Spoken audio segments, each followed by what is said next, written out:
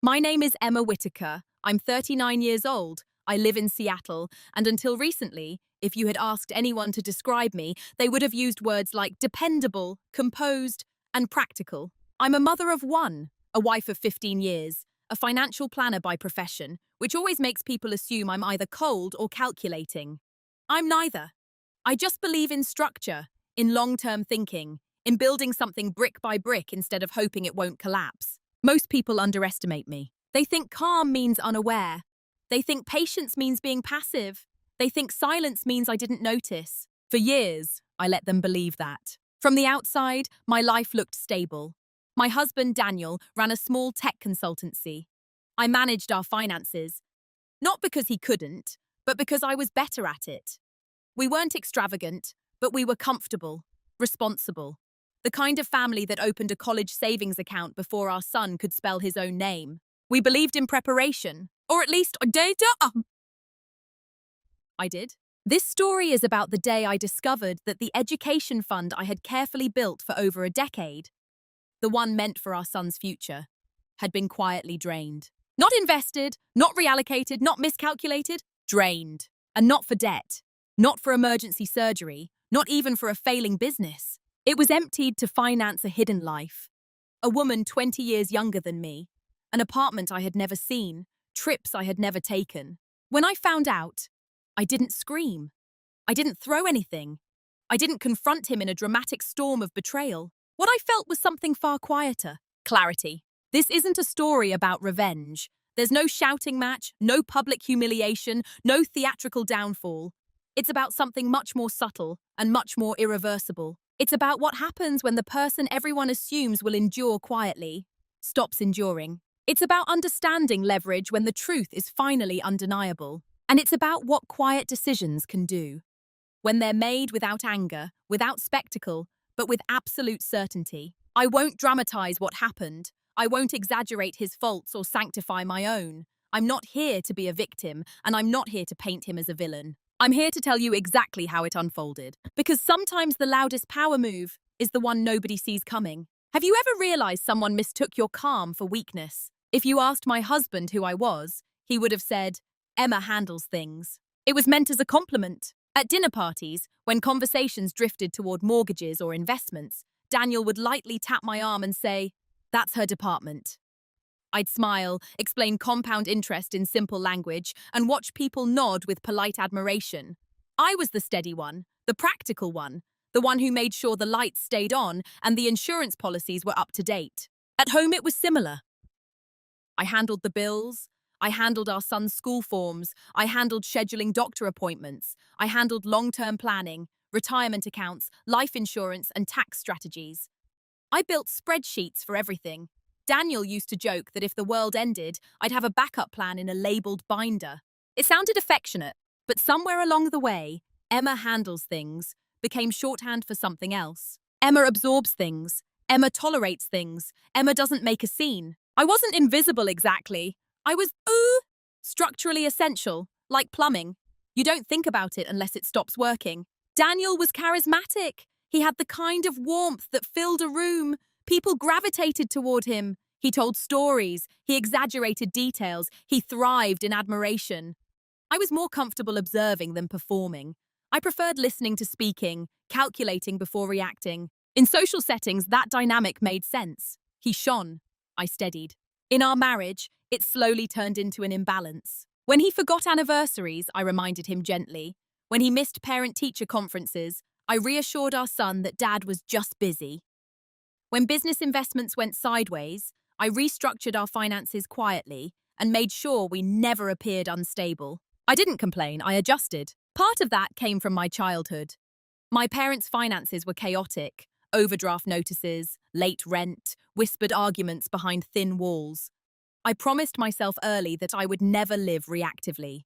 I would anticipate. I would build buffers. I would create safety. So I did. Our son's education fund was my proudest quiet achievement. Automatic transfers every month. Bonuses redirected without discussion. I tracked projected growth the way some people track fitness progress. It wasn't just money. It was proof that our child would never feel the instability I grew up with. Daniel appreciated it, in theory. He'd say things like, "I'm glad you think about that stuff," as if thinking about the future were a hobby of mine. Sometimes, in subtle ways, I felt reduced to a function rather than a partner. When decisions were made about vacations or business risks, Daniel would inform me after he'd already mentally committed. I'd ask measured questions, timelines, cash flow, contingencies, and he'd sigh, not angrily, but impatiently. "You worry too much," he'd say. I didn't worry, I prepared. But preparation doesn't look glamorous. It doesn't sparkle. It doesn't tell exciting stories over cocktails. So over time, I became predictable in their eyes. Daniel's, his friends, even some extended family members. The dependable wife, the organized mother, the one who would never leave, never explode, never destabilize the system she worked so hard to build. I think that's when the assumptions began. Because when someone is always composed, people stop imagining the limits of that composure. They assume elasticity without a breaking point. They assume forgiveness without consequence. They assume loyalty without conditions. I never corrected those assumptions. I believed that strength meant endurance. And for years, I endured small imbalances without labeling them as such. I told myself this was adulthood, compromise, marriage, long-term partnership. I didn't see myself as diminished. I saw myself as responsible. But responsibility, when unreciprocated, slowly shifts from virtue to vulnerability. And I didn't realize yet that someone had begun testing exactly how far mine would stretch. Looking back, the first cut wasn't dramatic. It wasn't a lipstick stain on a collar. It wasn't a suspicious late-night phone call. It was a transfer. A small one. $3,000 moved out of our joint savings account on a Tuesday afternoon. If you work in finance long enough, you develop an instinct for anomalies. Not because you expect betrayal, but because patterns matter, and that transfer didn't fit any pattern I recognized. When I saw it, I assumed it was a business expense. Daniel occasionally floated short-term costs before reimbursements came in. It wasn't unusual. What was unusual was that he hadn't mentioned it. That evening, while we were clearing dishes, I asked casually, "Hey, what was the $3,000 transfer yesterday?" He didn't look up immediately. Just a fraction of a second too long. "Oh, that," he said, drying his hands. "Deposit on a client project space. Temporary thing." I nodded. "What client?" He shrugged lightly. "New one. Early stages. I'll fill you in." It was vague. But vague wasn't criminal, and I had trained myself not to interrogate every inconsistency. Marriage required trust, and I prided myself on not being suspicious by default. Still, something stayed with me. Not what he said, how he said it. Daniel was usually expansive when talking about business. He loved describing potential deals, new partnerships, and exciting prospects. That night, he seemed compressed, like he was offering only what was necessary. I told myself I was overanalyzing. $3,000 wasn't catastrophic. It didn't endanger our stability. It didn't touch the education fund. It didn't create visible harm. So I let it pass. But about 2 weeks later, there was another transfer. Smaller, $850. Different recipient name. This time I didn't ask immediately. I waited. I checked the transaction history first, something I rarely needed to do because I already knew our patterns. The recipient account was newly added, no previous payments, no memo attached. When I brought it up that weekend, Daniel was scrolling through his phone. "Oh, that?" he said again. Same phrasing, same slight pause. "Contractor payment." "What contractor?" "For marketing, I told you I was expanding." He hadn't told me, but he said it so smoothly that for a moment I questioned my own memory. Maybe he had mentioned it casually, and I'd forgotten. Maybe I'd been distracted.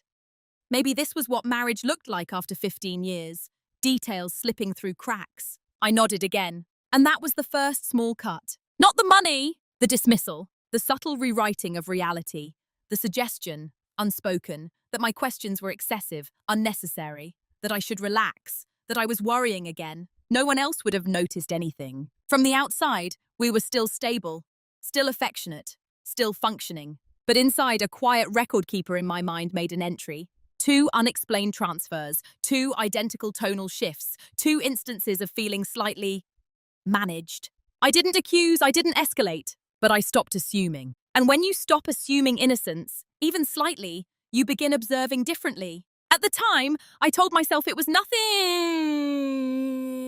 Now I know it was the first incision. Small, precise, easy to ignore. but once made, impossible to unmake. After the second transfer, nothing exploded. That's how normalization works. It doesn't arrive with alarms, it arrives with repetition. Daniel began working later. At first, it was framed as growth, expansion, new opportunities. I wanted to be supportive, especially because, for years, I had been the one emphasizing long-term financial security. If his business was scaling, that was good for all of us. But the language shifted. He stopped saying we when referring to financial decisions. It became, I need to move some money. I'm reinvesting in something. I'll cover it. The tone implied autonomy, not partnership. There's a subtle psychological effect when someone slowly reclassifies shared assets as operational tools under their control. It's not loud, it's procedural. And because I managed most of the finances, I was expected to simply execute the adjustments. I rationalized it. He's under pressure. He's excited about growth. He doesn't mean to exclude me. The transfers became more frequent. Not enormous, never dramatic enough to justify confrontation without sounding paranoid. 5,000 here, 1,200 there, different recipient accounts, no detailed explanations. When I asked, he would sigh lightly. Emma, it's business. You don't need every detail. That sentence lingered longer than it should have. You don't need every detail. As if oversight were interference, as if transparency were micromanagement. I started noticing another pattern. When we were with friends, Daniel would make subtle jokes about my risk aversion. She's the cautious one, he'd laugh. If it were up to Emma, we'd still be saving pennies in a jar. People would chuckle, I would smile, because on the surface it was harmless. But humor has layers, and when repeated often enough, it reshapes perception. It reframed me not as strategic, but as limiting. Not as intelligent, but as restrictive. Gradually, I felt repositioned in our social dynamic. Daniel became the visionary, I became the brake pedal. And once that narrative took hold, my questions started to sound like obstacles, even to him. I caught myself softening my tone before speaking. I'd preface financial concerns with, I might be overthinking this, but I'd add disclaimers. I just want to make sure. Why was I cushioning my own expertise? Because somewhere along the line, I began absorbing the message that vigilance was negativity. At home, his phone was always face down. Again, not illegal, not definitive. Just new. When I entered a room unexpectedly, he'd lock the screen casually. Not nervously, casually, as if it were instinct.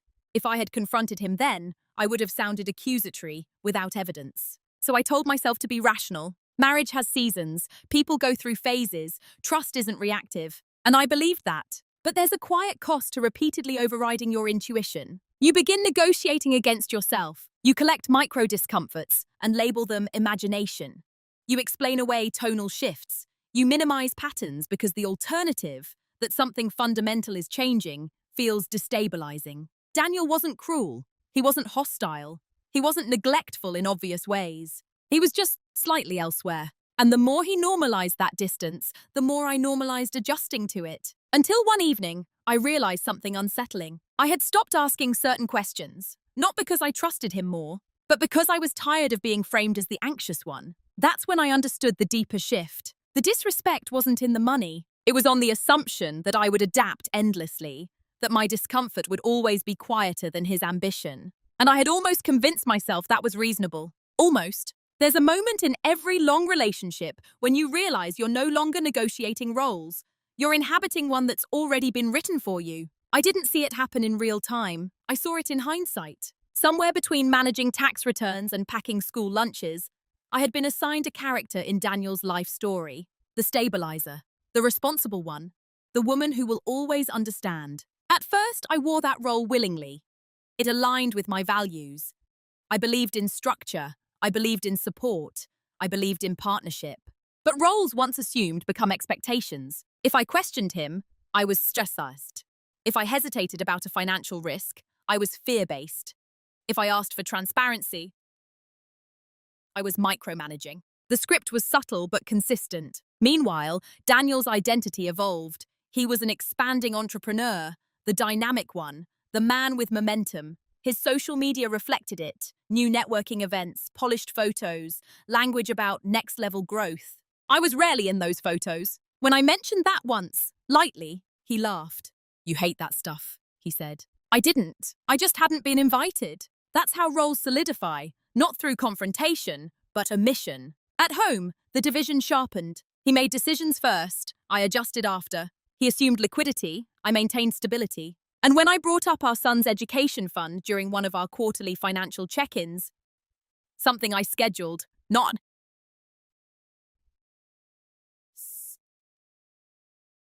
Daniel waved it in. Waved it off. That thing's fine, he said. You've got it covered. You've got it covered. The phrase sounded like trust. It wasn't. It was abdication. He no longer saw the fund as something sacred that we built together. It had become another background system I maintained, like utilities or insurance premiums. Reliable, quiet, invisible. There was one evening that crystallized everything for me. We were at a small gathering hosted by one of his colleagues. The conversation drifted to long-term planning. Someone asked Daniel how he balanced business risk with family stability. He smiled confidently. You can't build something big if you're afraid to move money, he said. Sometimes you've got to trust your instincts. Then he added, almost as an afterthought, Emma keeps me grounded. The room nodded approvingly. Grounded. As if I were gravity. Necessary, but heavy.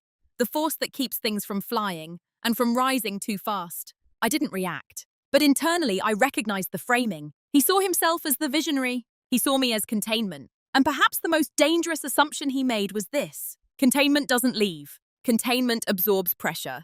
Containment adjusts shape. Containment holds. He had grown comfortable believing that no matter how far he stretched, I would stretch too. What he didn't understand, what no one seemed to understand, was that containment also has limits. And the more quietly someone fulfills a role, the easier it is to forget they chose it in the first place. That night, driving home, I looked at my reflection in the dark windshield. I didn't look small. I didn't look resentful. I looked composed. And for the first time, I wondered something I had never allowed myself to consider before. What would happen if I stopped playing the role they assigned me? The shift didn't happen during an argument. It didn't happen after a suspicious message or a dramatic discovery. It happened on an ordinary Wednesday morning. I was in my home office reviewing quarterly statements, something I did almost automatically at this point. Coffee to the right, ledger open, spreadsheet layered against our bank accounts and investment platforms. Routine has a rhythm, and when you know that rhythm well enough, even a single offbeat note feels loud. I logged into the education fund account. For a second, I thought the page hadn't loaded correctly. The balance was wrong. Not slightly off, not market fluctuation is wrong, catastrophically wrong. Where there should have been years of accumulated contributions, disciplined, steady growth, there was a fraction of the expected amount. I refreshed the page. Same number. I checked the transaction history. There it was. Multiple withdrawals over the past 8 months. Structured, deliberate, incremental enough to avoid triggering automatic alerts. Each transfer is routed through our joint account before being moved again. It wasn't impulsive. It was methodical. And because I managed most of the accounts, because I trusted that certain funds were untouchable without discussion, I hadn't scrutinized that specific ledger as aggressively as I should have. Not because I was careless, because I believed it was sacred. My hands didn't shake. That surprised me. I felt still. I traced the transfers one by one, following the trail. Some of the recipient accounts matched the earlier anomalies I had questioned months ago. Others were new. One recurring transfer stood out. Consistent monthly payments to a property management company in a neighborhood across the city. I recognized the address when I searched it. A modern apartment building, upscale, recently renovated. For a moment, my mind tried to construct benign explanations. Investment property, temporary office space, client housing. But none of those scenarios required secrecy from me, and none required draining our child's future. I leaned back in my chair and closed my eyes. There's a very specific kind of silence that comes when a suspicion crystallizes into fact. It's not chaos. It's not noise. It's compression. 8 months. He had been dismantling the fund for 8 months. Not all at once. Not recklessly. Carefully. As if he believed that by slicing it thin enough, I wouldn't notice the total loss. That realization did something inside me. Up until that morning, I had still been negotiating with doubt, still allowing for misinterpretation, still granting the benefit of explanation. But numbers don't lie. Intent reveals itself in patterns. And the pattern was unmistakable. He hadn't made a mistake. He had made a choice.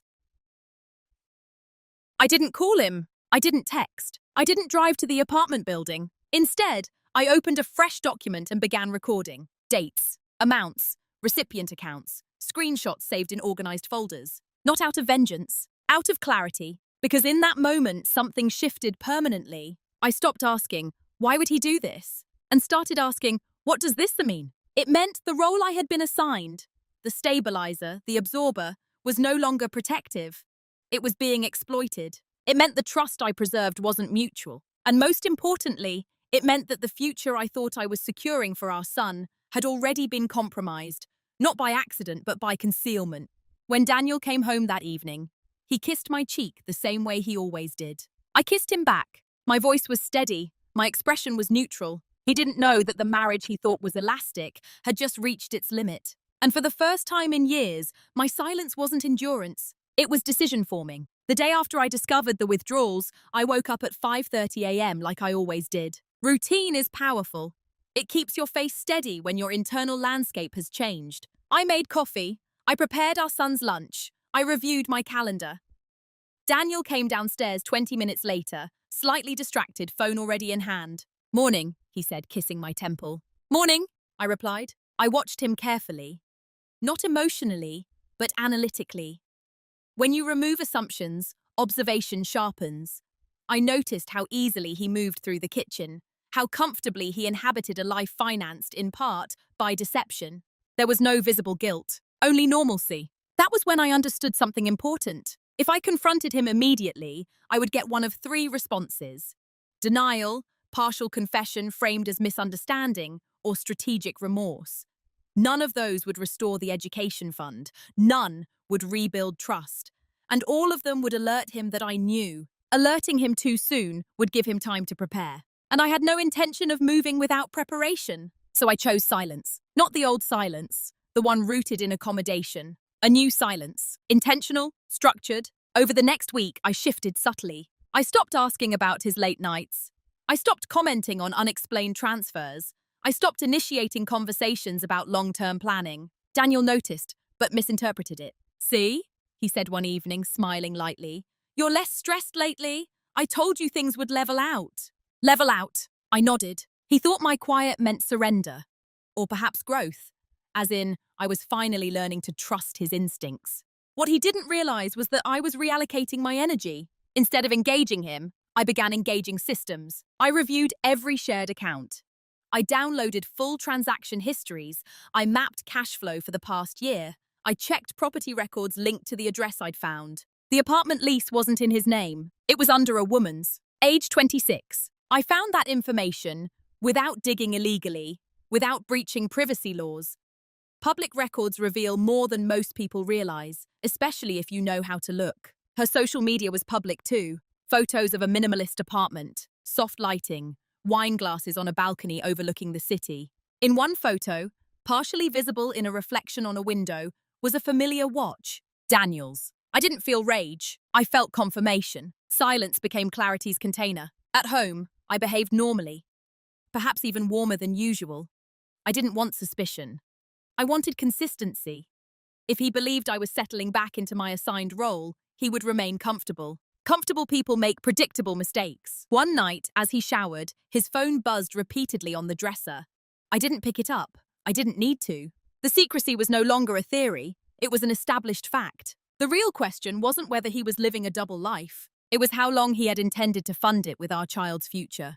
And how much further he would have gone if I hadn't noticed. That week, I also did something else. I scheduled a consultation with a family law attorney. Not dramatically, not urgently, quietly. Just information, I told myself. But deep down I knew this. Silence, when chosen deliberately, is not weakness. It is positioning. And Daniel still believed I was simply adapting. He didn't understand that the woman he thought would stretch indefinitely had already begun drawing lines.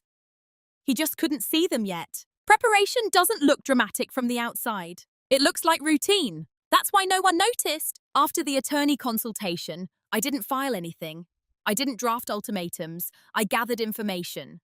The lawyer, a woman in her early 50s with calm eyes and very few wasted words, told me something I already understood professionally.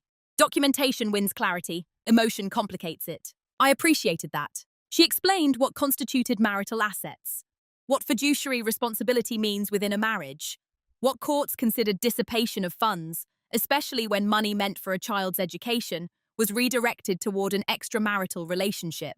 The word sounded clinical. Dissipation, as if our son's future had evaporated naturally. But evaporation requires heat, and someone had applied it. I went home and continued as usual. Daniel announced a networking trip 2 weeks later, 2 nights out of town. I nodded, asked which city, and added it to the shared calendar. I didn't tell him I already knew the apartment building's guest parking pass system. I didn't tell him I had cross-referenced his travel dates with the lease payments. Instead, I did what I do best. I tracked. Every transfer, I logged. Every unexplained expense, I categorized. Every date alignment, I time-stamped. But preparation wasn't only financial. It was structural. I opened a separate bank account in my name only, completely legal, quiet. I redirected my professional income there, something I was fully entitled to do. Joint expenses continued to be covered proportionally. I made sure nothing looked abrupt. I also reviewed our property titles. The house was jointly owned. Retirement accounts,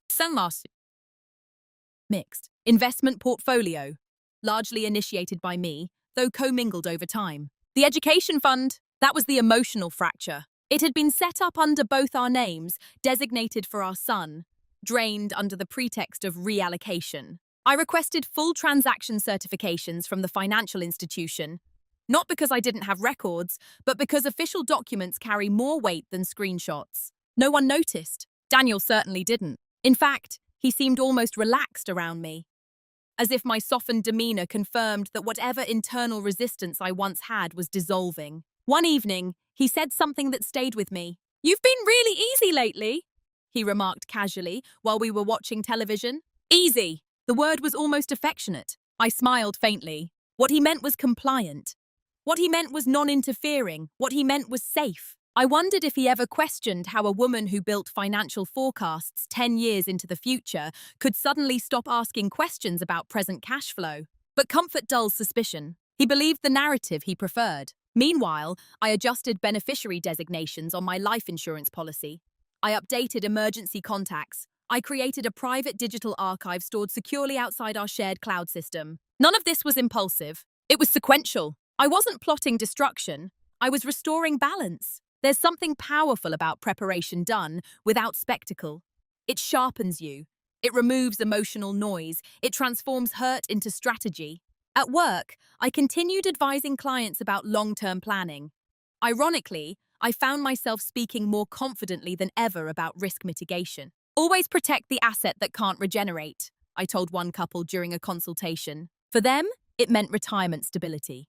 For me, it meant my son's future. One night, after Daniel had fallen asleep, I stood in the doorway of our bedroom and looked at him. He looked peaceful, unaware. And that was when I realized something else. He didn't think I was capable of leaving. Not really. He thought I was too structured to disrupt the structure, too loyal to fracture the system, too calm to initiate change. That assumption was his greatest vulnerability. Because what they never notice about quiet people is this. We don't react fast. We react permanently. The confirmation didn't come from his phone. It didn't come from a confession. It came from something much quieter and far more definitive. 2 weeks after I began documenting everything, I scheduled a meeting with the financial institution that held our son's education fund.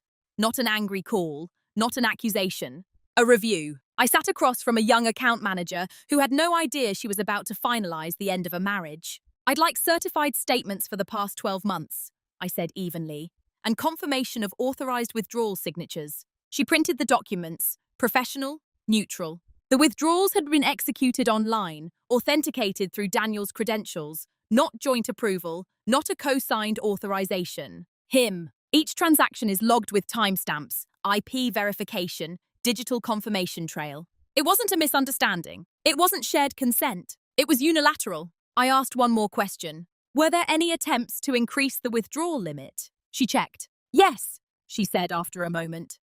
One request was submitted 3 months ago, but denied due to the account structure. I thanked her. That single detail changed everything. He hadn't only drained what he could discreetly access, he had tried to take more. I walked out of the building with a folder under my arm and an unexpected sense of steadiness. There is something transformative about replacing suspicion with documentation. It eliminates internal debate. It strips emotion from the equation and leaves only fact. Later that afternoon, I drove past the apartment building. Not impulsively, deliberately. It stood exactly as it had in the photos.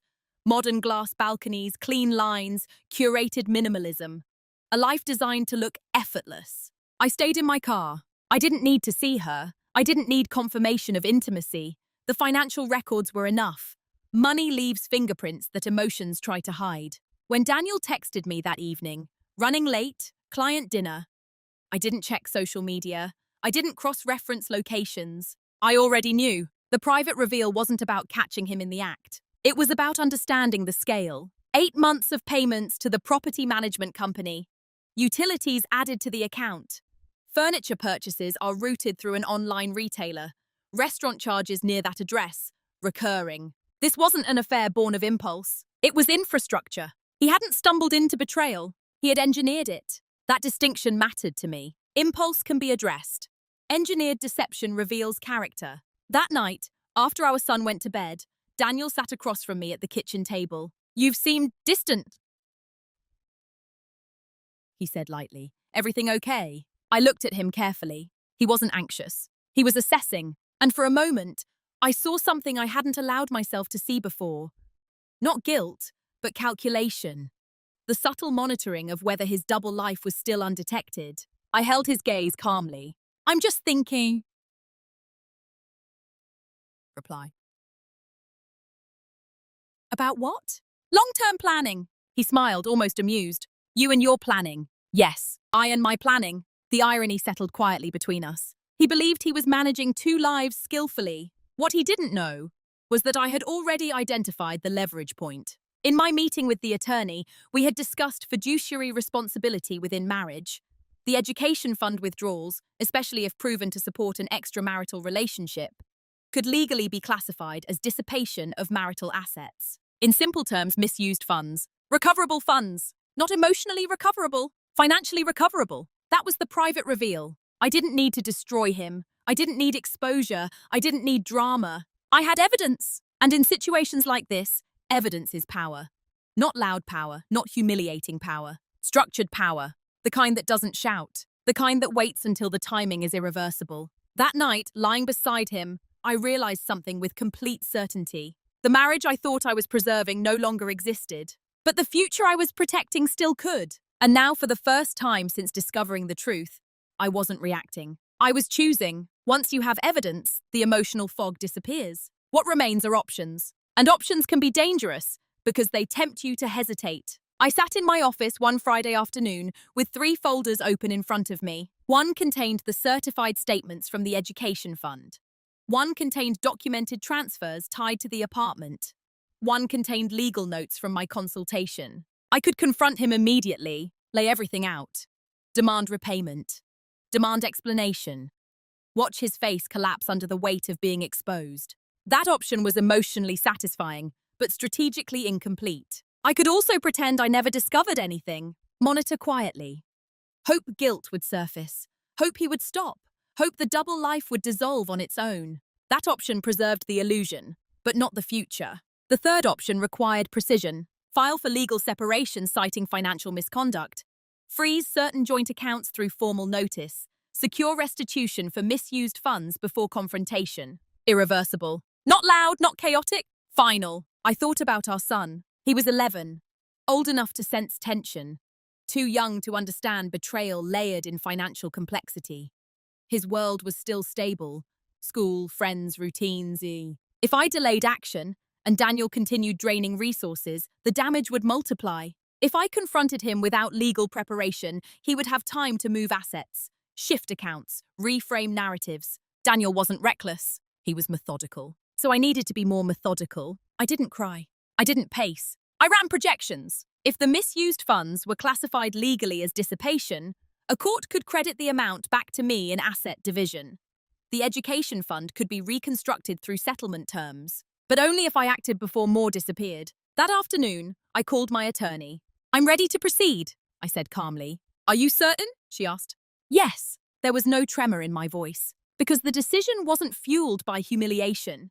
It wasn't about the younger woman. It wasn't about ego. It was about a breach. He had breached trust, partnership, and fiduciary responsibility, all while assuming I would continue stabilizing the damage. That assumption ended that day. We began drafting. Petition for legal separation, citing financial misconduct, request for forensic accounting review, motion to preserve marital assets. Language matters in documents like these. There's no room for adjectives, only facts. As the paperwork took shape, I felt something unexpected. Relief. Not because I was ending something, but because I was reclaiming structure. For months, Daniel had been quietly dismantling the framework I built. Now I was rebuilding it without him at the center. That weekend, he suggested a family outing. Let's go to the waterfront, he said casually. Feels like we haven't done something together in a while. I agreed. We walked by the water. Our son ran ahead, chasing seagulls. Daniel slipped his hand into mine. Anyone watching us would have seen an intact family. I watched the horizon. He squeezed my hand gently. You've been different lately, he said. In a good way. I looked at him and smiled softly. Yes, I replied, because I had been different. I had stopped negotiating with betrayal. I had stopped hoping he would correct himself. I had chosen the path that didn't depend on his integrity, only on mine. The paperwork would be filed on Monday morning. He didn't know yet. But by the time he found out, the decision would no longer be a conversation. It would be a reality. Monday morning at 9:12 a.m., the petition was filed. There was no dramatic soundtrack, no shaking hands, just a quiet email confirmation from my attorney, documents submitted, awaiting processing. I closed my laptop and went about my day. Silence at this stage was no longer observation. It was execution. The motion to preserve marital assets meant that once Daniel was formally served, certain financial activities would be legally restricted. Accounts couldn't be drained, large transfers couldn't be made without consequence. But timing mattered. We arranged for the service to happen at his office on Wednesday afternoon. Neutral ground, professional setting, no scene at home. Until then, I maintained normalcy. Tuesday evening, Daniel mentioned another late client meeting. I nodded. Drive safe. No tension in my voice, no probing questions. What he didn't know was that I had already requested a temporary freeze on the education fund's remaining balance pending legal review. The institution complied within hours of receiving notice. He also didn't know that I had moved my direct deposit fully into my separate account and adjusted automatic bill payments proportionally in consultation with my attorney. Everything was documented, transparent, legal, nothing impulsive. On Wednesday afternoon at 3:47 p.m., my phone buzzed. A message from him. What is this? No punctuation beyond that. No greeting. I waited exactly 12 minutes before responding. We'll talk tonight. He didn't reply again. When he walked through the front door that evening, his expression wasn't furious. It was stunned. Our son was upstairs doing homework. The house was quiet. Daniel stood in the entryway, holding the envelope as if it were foreign. You filed for separation? He asked, voice low. Yes. For financial misconduct? His tone sharpened slightly. Emma, this is insane. I met his eyes calmly. We'll discuss it privately. He ran a hand through his hair, pacing once across the living room. This is about money. You could have just talked to me. I didn't respond immediately, because that sentence revealed everything. You could have just talked to me. As if conversation hadn't been systematically avoided for months. As if transparency hadn't been dismissed, as if unilateral withdrawals from our child's education fund were minor clerical errors. I did talk to you, I said evenly, multiple times. He opened his mouth, then closed it. He didn't deny the withdrawals. He didn't deny the apartment. He shifted strategy instead. You're overreacting, he said finally. This doesn't have to go nuclear. Nuclear. The word was almost ironic. There had been no explosion, no shouting, no humiliation. Just paperwork. I'm protecting our son's future, I replied. Silence settled between us. For the first time since this began, I saw uncertainty in his posture. Not guilt, not remorse. Loss of control, because he hadn't anticipated this sequence. He thought if I ever discovered the truth, it would unfold emotionally. Tears, confrontation, bargaining. He hadn't prepared for administrative precision. That night, we slept in separate rooms, not angrily. Logistically, and as I lay in the guest bedroom, staring at the ceiling, I didn't feel triumphant. I felt anchored. The motion had begun. Assets were being reviewed, accounts monitored, legal timelines activated. Daniel still had options: negotiation, settlement, acknowledgement. But what he no longer had was secrecy, and that was the quiet shift that mattered most. The first consequence wasn't emotional. It was logistical. Within 48 hours of being served, Daniel's access to certain joint accounts was temporarily restricted pending review. Large discretionary transfers required dual authorization. The education fund was officially under dispute protection. He noticed immediately. "I can't move funds for a project," he said sharply on Friday morning, standing in my office doorway. "This freeze is affecting my business." "It's temporary," I replied calmly. Standard procedure. He stared at me as if he was seeing someone unfamiliar. For years, I had been the one facilitating movement, smoothing transfers, optimizing liquidity, anticipating shortfalls before they surfaced. Now, the system he relied on had boundaries, and boundaries feel like resistance to those unaccustomed to them. By the following week, other consequences began to ripple outward. The property management company received a formal inquiry as part of the asset review. Nothing accusatory, just documentation requests, lease terms, payment records. I didn't need to contact the woman. I didn't need to expose anything publicly. Processes do the revealing quietly. Daniel became more agitated, not explosively, but tightly. His movements were shorter. His tone is more clipped. "This is excessive," he said one evening in the kitchen. "You're making this bigger than it needed to be." I washed a plate slowly before answering. "It became bigger when funds meant for our son were used elsewhere." He exhaled through his nose. "You're acting as if I gambled it away." "No," I said. "I'm acting like it was diverted without consent." The word consent landed heavily, because that was the core issue. Not the affair, not the age difference, not even the deception alone. Consent. He had made unilateral decisions with shared assets, assets tied to our child's future, under the assumption that I would never formally object. Now he was discovering that an objection doesn't have to be loud to be effective. Another shift occurred when his attorney contacted mine. Settlement discussions, structured repayment terms, allocation adjustments to compensate for dissipated funds. Daniel hadn't admitted wrongdoing explicitly, but negotiation implied acknowledgement. The apartment payments stopped the same week. I didn't comment on it, but I noticed. At home, the atmosphere changed. Not hostile, not dramatic, measured. We moved around each other carefully. Conversations focused on logistics, school schedules, shared responsibilities, and legal meetings. Our son sensed something was different. "Are you and Dad okay?" he asked one night while I was helping him with math homework. "We're figuring some things out," I said gently. "But you're okay. That's what matters." And I meant that, because the most important consequence wasn't Daniel's discomfort. It was the restoration of structure. The forensic accounting review revealed the total amount diverted. Seeing it aggregated, not in fragments, but in full, was sobering. Significant, recoverable, but significant. Daniel grew quieter as those numbers were formalized. It's one thing to move money gradually. It's another to see it presented as a quantified breach. One evening, as we passed each other in the hallway, he stopped. "I didn't think you'd actually go through with it," he said. I paused. "With what?" "This." I held his gaze steadily. That was the mistake, because he had believed my patience was infinite. My tolerance is elastic. My composure is permanent. What he hadn't understood was this. When quiet people decide, they don't announce it repeatedly. They execute once, and by the time the consequences begin, the decision is no longer negotiable. Panic doesn't always look frantic. Sometimes it looks like sudden softness. About 3 weeks after the filing, Daniel started coming home earlier, cooking dinner, asking about my day with a careful tone, as if rediscovering curiosity. It would have been touching if it hadn't been reactive. "I've been thinking," he said one evening while setting plates on the table. "Maybe we moved too fast." "We?" The word returned when it suited him. "I don't think this needs to end," he continued. "We can restructure things. I can repay the fund. We can go to counseling." His voice wasn't defensive anymore. It was measured and persuasive. This was the phase I had anticipated. Negotiation through restoration. I listened without interrupting. "I made mistakes," he admitted finally.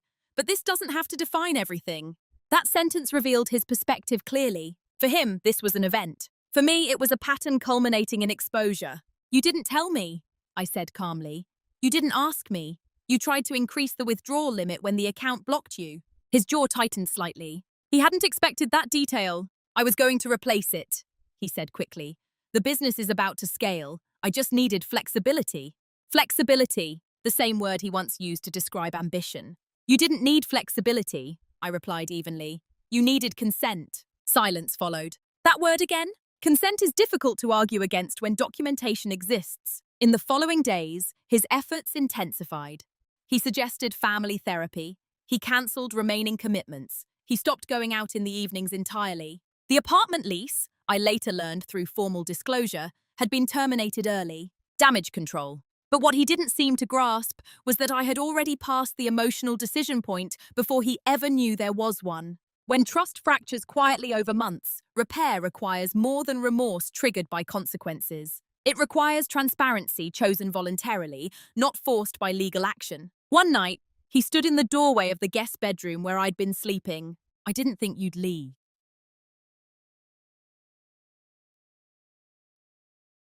he said quietly. It wasn't accusatory. It was bewildered. I looked at him steadily. "I know."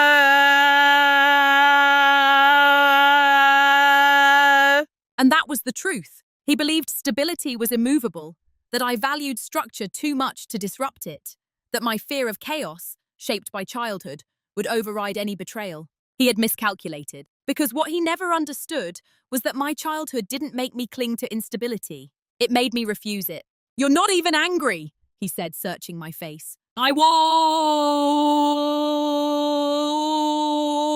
I replied. "Weeks ago." Anger had already served its purpose. It had been clarified, it had sharpened, it had moved me into action. Now there was only resolve. The settlement discussions progressed quickly after that. His attorney advised cooperation. The documented dissipation of funds was difficult to contest. Asset division would account for it.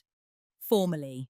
The education fund would be restored through structured compensation. Financially, the damage could be recalculated. Relationally, it could not. That's the part he realized too late. When betrayal is engineered over time, repair requires time before exposure, not after. By the time he wanted to fix it, the system had already shifted. And quiet decisions, once executed, don't reverse simply because someone panics. The final conversation happened on a Sunday afternoon. No raised voices, no slammed doors, no audience. Our son was at a friend's house. The settlement framework had already been drafted, numbers reviewed, terms outlined. Daniel sat across from me at the dining table, the same table where we had once discussed vacations, school options, and retirement projections. Now it held a single folder between us. "I read everything," he said quietly. "The repayment structure, the asset division, the custody arrangement." I nodded. "This is thorough." "I know." There was a long pause. For the first time in weeks, he didn't argue logistics. He didn't minimize the withdrawals. He didn't frame it as stress or a temporary misjudgment. Instead, he asked a different question. "When did you decide?" He said. "I considered that. The day I confirmed the withdrawals were deliberate." He swallowed slightly. "You didn't even ask me why." "I didn't need to. That wasn't cruelty. It was accurate. Why wouldn't it have altered what had been done? Why wouldn't it restore 8 months of calculated concealment? Why wouldn't it explain the attempt to increase the withdrawal limit?" He leaned back in his chair, exhaling slowly. "I never thought you'd actually dismantle everything," he said. I held his gaze steadily. "I didn't dismantle it, you did."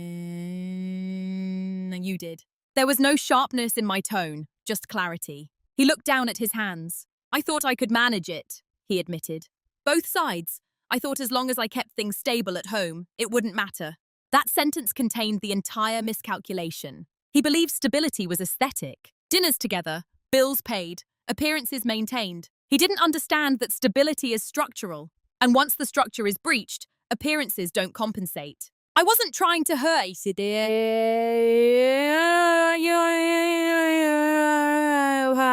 "I know,"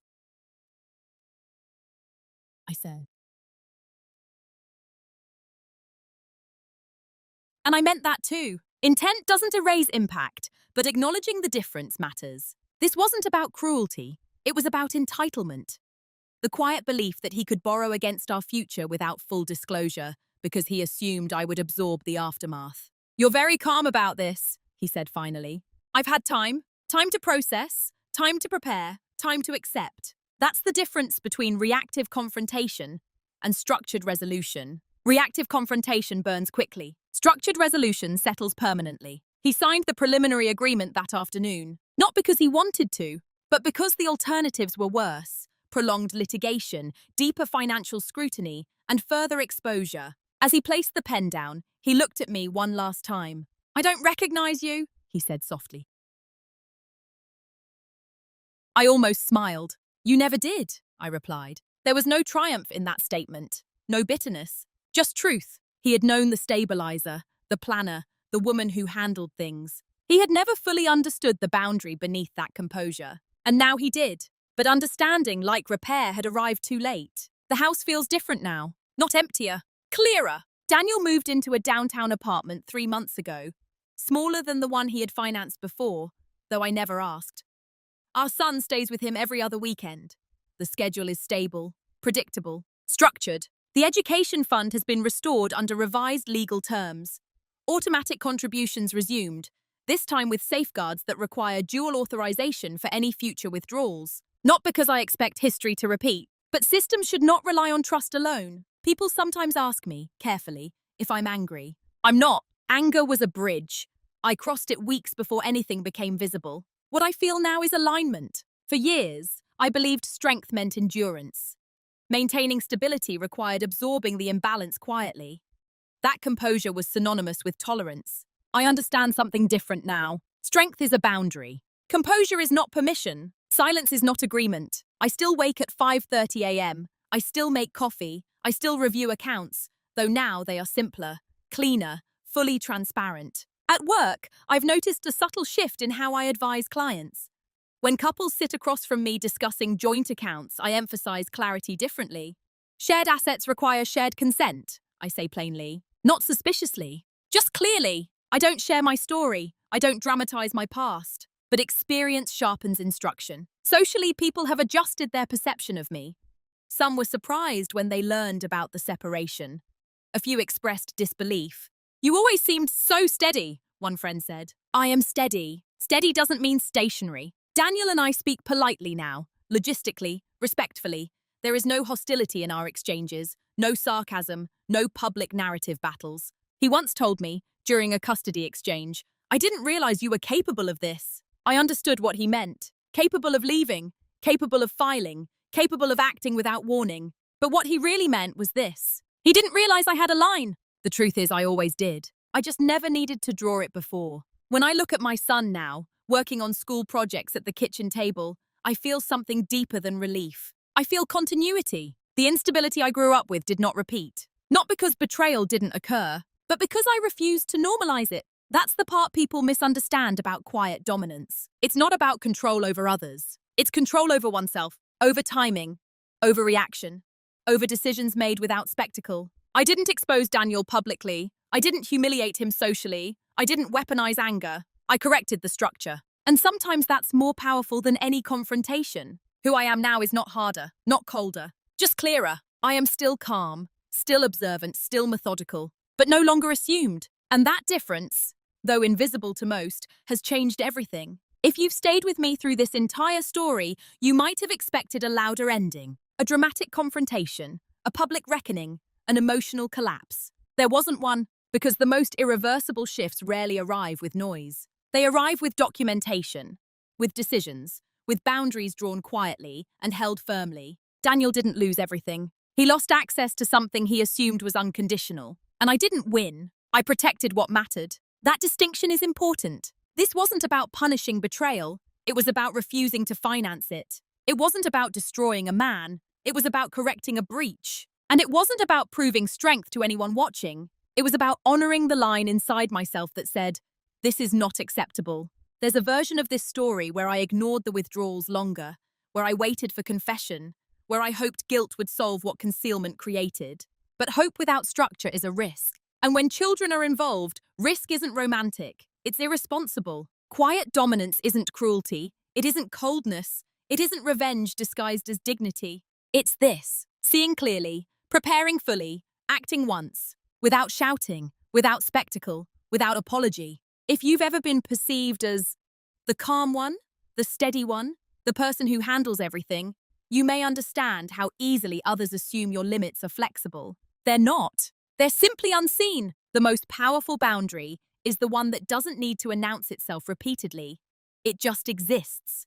and when crossed, it responds, not emotionally but decisively. So I'll leave you with this question. When someone mistakes your composure for permission, do you explain it louder or do you redefine it quietly? I'd really like to hear your thoughts in the comments, because sometimes the strongest stories aren't about revenge. They're about choosing yourself. Calm.